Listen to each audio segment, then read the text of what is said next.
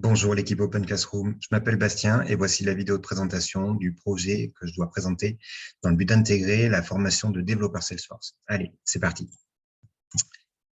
Alors, partage d'écran, hop, lunettes sur le nez et on y va. Donc mon projet, il est assez simple puisqu'il consistait à refaire finalement mon CV, la plaquette que j'ai utilisée pour postuler à votre formation auprès de Pôle emploi. Donc reconstituer le CV en format HTML, en format page web. Donc, voilà le résultat final. Je vais le mettre en pleine page. Voilà le résultat final avec une autre section qui était pour le bien de l'exercice, en fait, tout simplement avec un formulaire de contact. Pareil, c'était plutôt pour tester finalement toutes les fonctionnalités du formulaire. Voilà donc du coup à quoi ça ressemble. Et voilà donc le modèle que je mettrai effectivement, j'ai oublié, je le mettrai dans le dossier zip. Alors, commençons directement avec le code. Deux pages HTML finalement, puisqu'il y a aussi la fameuse page formulaire que je présenterai peut-être même pas brièvement, en tout cas, puisque finalement, voilà, le formulaire est là. Donc, on commence rapidement avec la structure de la page, donc les balises de départ HTML. Je vais peut-être pas trop m'attarder dessus, surtout que Sublime les fait déjà toute seule. Ensuite, il y a un header, donc du coup le header est ici, hein, finalement ça ressemble à une bannière avec ma photo dessus. Un petit menu, donc du coup très simple, hein, d'ailleurs je serais peut-être à même de modifier parce qu'on dirait qu'il est un peu beau milieu de nulle part. Donc le header, ensuite, je ne vais pas tout décrire hein, parce que sinon ça va être trop long. Ensuite, un menu simple pour diriger vers le formulaire, ce que j'expliquais, qui est ici. Ensuite, le centre de la page. Alors, le centre de la page, la structure, c'est une seule section qui est constituée de 3 blocs. Un bloc contact information, un bloc objectif et un bloc qui sera un E-side, donc du coup sur le côté, pareil, pour m'entraîner aussi au niveau des balises. Et qui, donc du coup, 3 blocs qui seront disposés avec flex en utilisant la fonction flex de points et variables, 1.2 et 3, je crois que j'ai mis, on verra dans le CSS. Mais voilà pour la disposition. Et ensuite, donc du coup, un footer qui correspond aux compétences, puisque finalement, ça ressemble plutôt quand même à ce que j'avais fait sur le CV.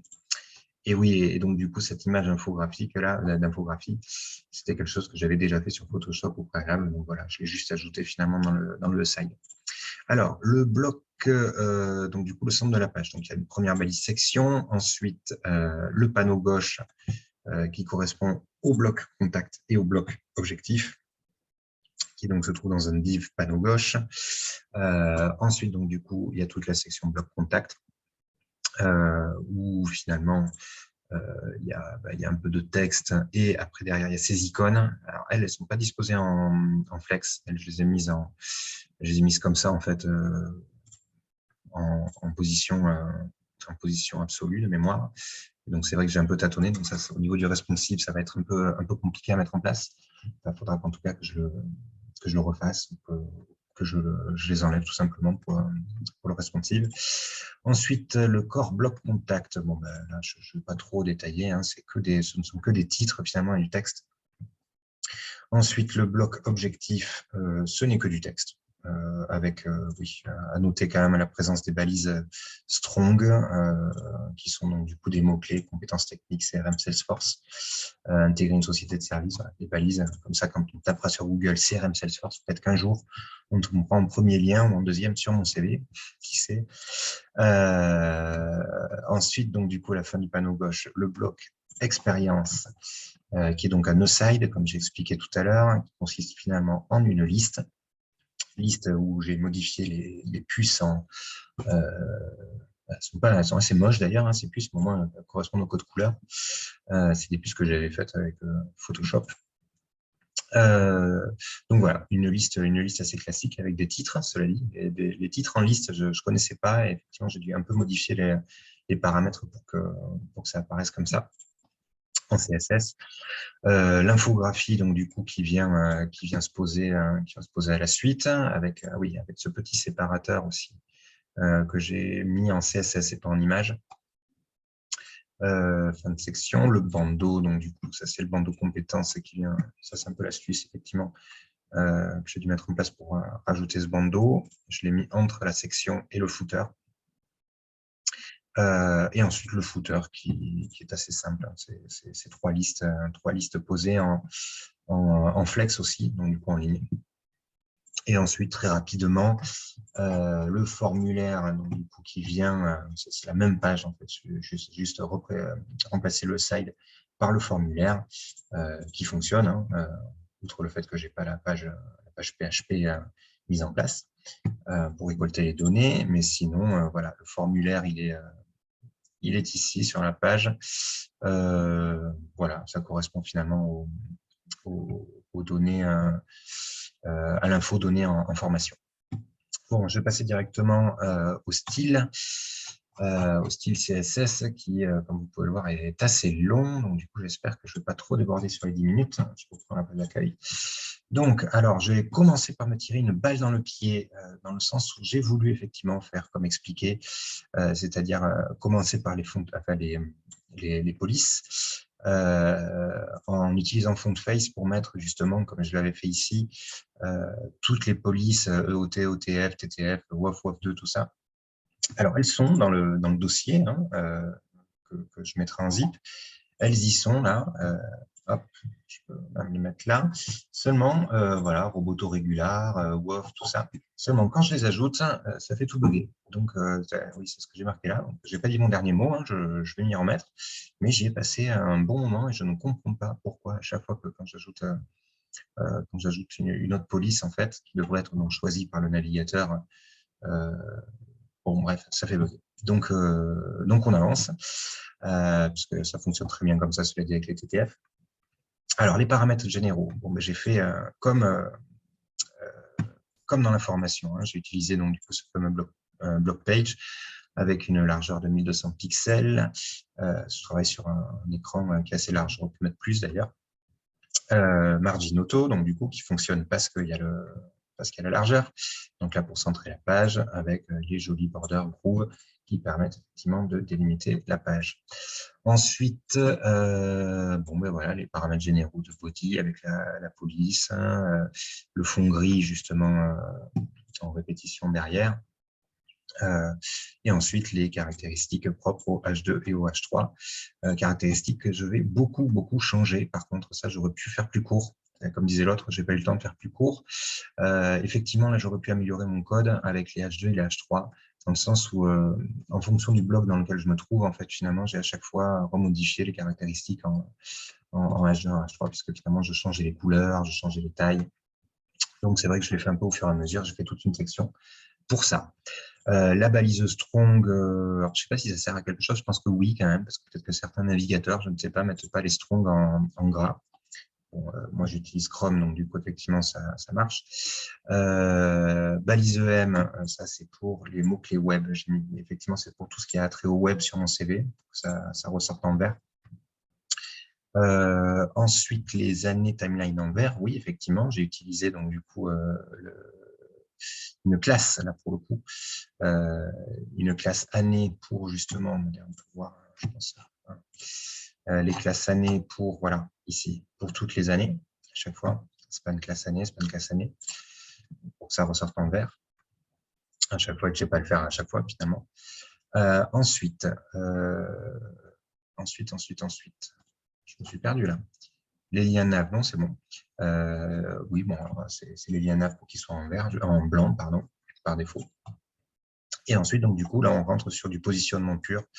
Donc le header positionné en flex, avec donc du coup aligné en flex send, pour que tout soit bien mis en forme comme ça. La bannière en flex aussi, avec une hauteur pour le coup, 240 pixels. Là, j'ai un peu tâtonné. Ma photo en position relative là pour le coup, parce qu'effectivement il y avait quand même, il y avait un liseré qui laissait en bas et qui restait en bas là, donc du coup j'ai dû utiliser cette position relative.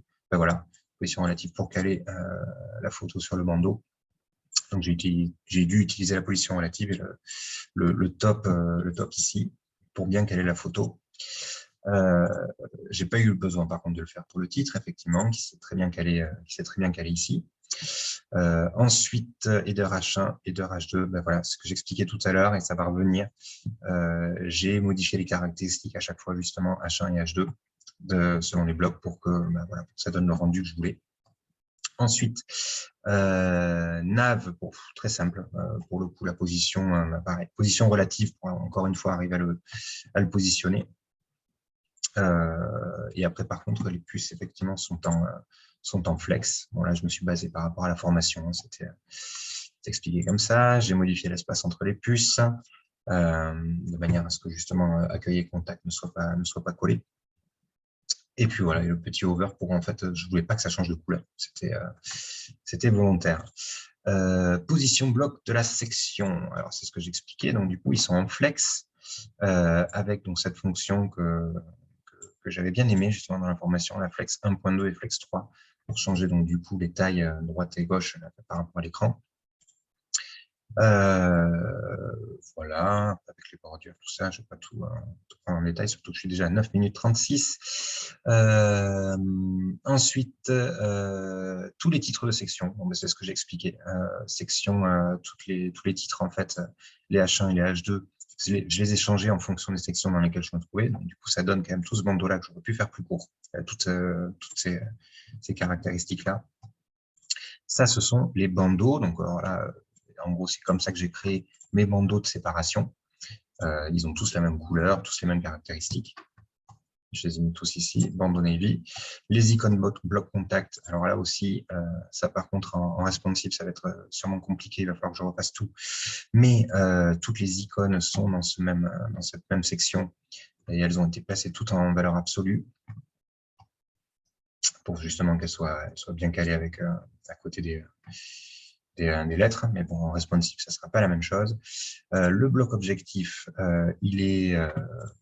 bon, ça, c'était juste pour recaler en fait le texte, recaler le texte bien au centre.